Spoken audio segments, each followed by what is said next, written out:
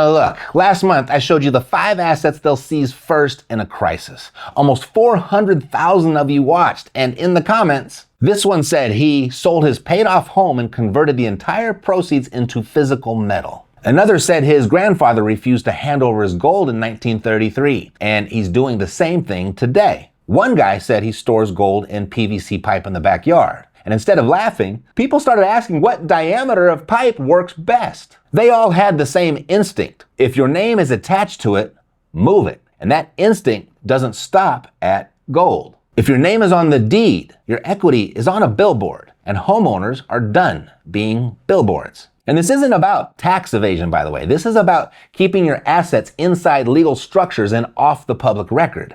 And it's why we're diving into these 3 ways homeowners are quietly moving their valuables off the grid. It's getting serious. Because on December 1st, 2025, a new FinCEN rule went live. If certain residential properties are purchased with cash through an LLC or trust, the closing agent, your title company, your settlement attorney now files a report with the real owner's identity directly to the Treasury Department. And they gave it a friendly name, Residential Real Estate Report.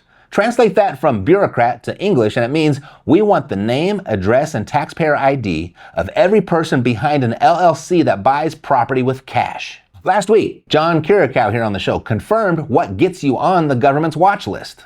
If you've just got money sitting in home equity or in an IRA, or you've been investing in stocks for the last 30 years and you've got a nice nest egg built up, they're not going to pay any attention to you at all unless you start buying, well, I can tell you exactly, unless you start buying fine art, race horses, cryptocurrency, or real estate for cash. Then everybody's going to be interested. Those are the flags. They didn't call this rule the government wants to know who owns what report because that would be too honest. So they buried it in a name that sounds like a home inspection. That's not disclosure. That's camouflage. But that's not all. In March 2025, FinCEN issued a separate interim rule removing beneficial ownership reporting requirements for all U.S.-created companies under the Corporate Transparency Act. One lane tightened, one lane opened, and the homeowners paying attention took the open lane. And here they are. Move number 1, physical gold. Not gold ETFs, not ticker symbols on a screen. Physical bars you can hold in your hands.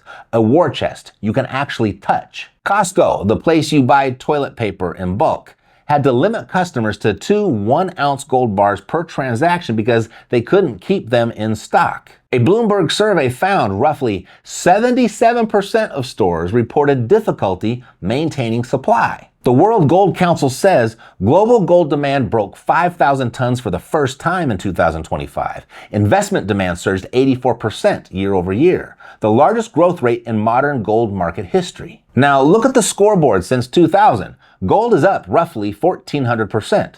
The S&P 500, about 380. Your financial advisor told you to stay in the market, right? Keep everything in accounts with your name and social security number attached. And for 25 years, the people who ignored that advice and held physical metal outperformed the stock market almost 4-1. That's not a theory. That's a receipt. Your broker doesn't bring this up because they don't earn a commission when you walk into Costco with cash. And the spread between what a dealer charges you and what the gold is actually worth is where most buyers get wrecked. So I put a free dealer vetting checklist together for you at hedgethefed.com that exposes predatory pricing in about 60 seconds. Move number 2, anonymous LLCs. Yeah, those are a thing. You see, if your name is on your deed right now, that is a searchable public record. Anyone, a lawsuit attorney, a data broker, a stranger with a laptop can see what you own and where you live. Wyoming has over 1.2 million registered companies in a state with fewer than 600,000 people. 2 companies for every man, woman, and child. Registrations jumped 42% in 2023 alone, surpassing Delaware for the very first time. Why Wyoming? Well, because on the public record, Wyoming only shows the LLC's name and a registered agent, not your personal name.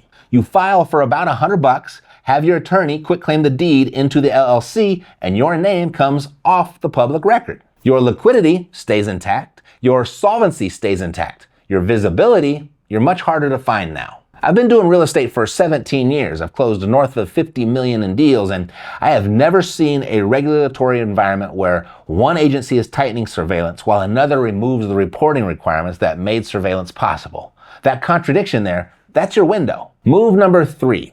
This is the legal version of owning nothing and controlling everything.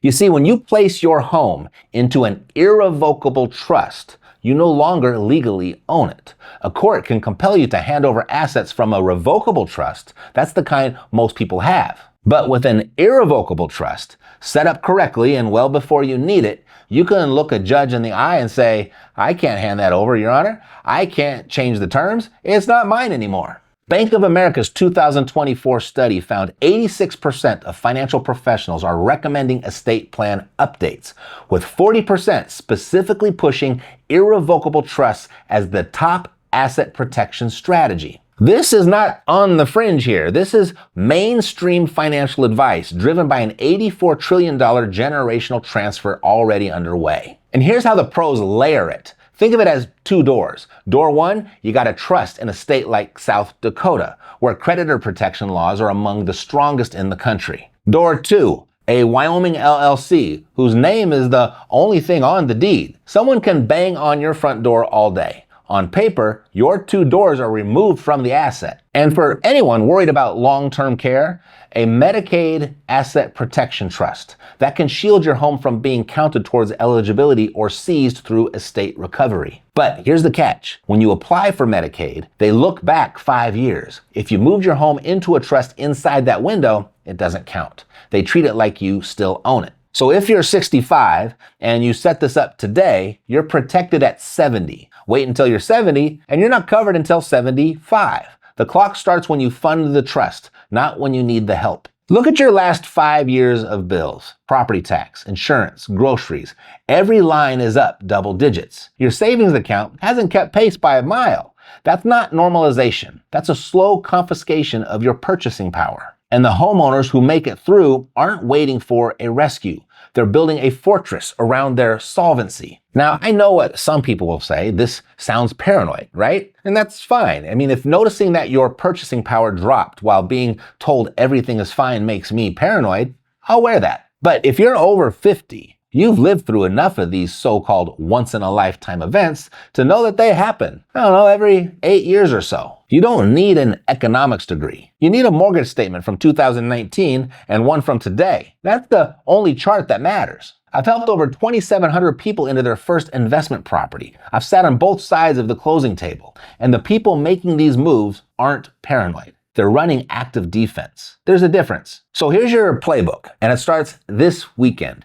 Everyone underestimates the quiet one, the one who does the reading while everyone else argues about politics on the internet. They're about to find out that that was a mistake. Step 1, if you own physical precious metals, they should not be in a bank safe deposit box. Those boxes are not FDIC insured, not protected from seizure, and the bank can restrict your access anytime. So get your metals into a private vault or a home safe that's bolted and fireproof, or stuff it into a PVC pipe and bury it in the backyard. Step 2, if your name is on your deed, go to Wyoming Secretary of State website, file an LLC for about $100, then have your attorney quitclaim the deed from your personal name into the LLC. Takes about a week. Your name comes off the public record. Your equity doesn't move. Your ownership doesn't change. Just the name on the billboard changes. And step 3, call an estate planning attorney. Not your general practice guy, a specialist, and ask about an irrevocable trust to see if it's right for you. Specifically ask about domestic asset protection trusts in South Dakota or Nevada. Now there's some booby traps that you want to sidestep doing this, so definitely call an attorney when you do this one. The guys over at kkOSlawyers.com. They handle my stuff in case you needed a referral. If you're over 60,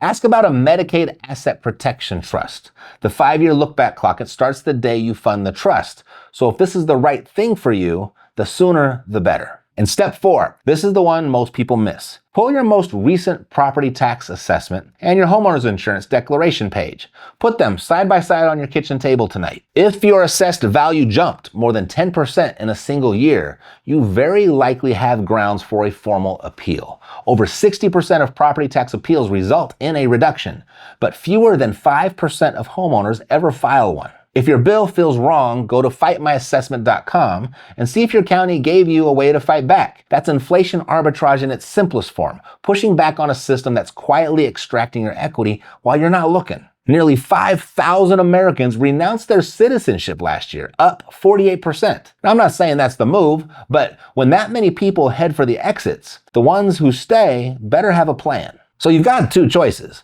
Keep everything in your name, in your bank, fully visible, and hope the same government that just built a new surveillance system for cash property deals has your best interests at heart. Or spend this weekend building your own fortress.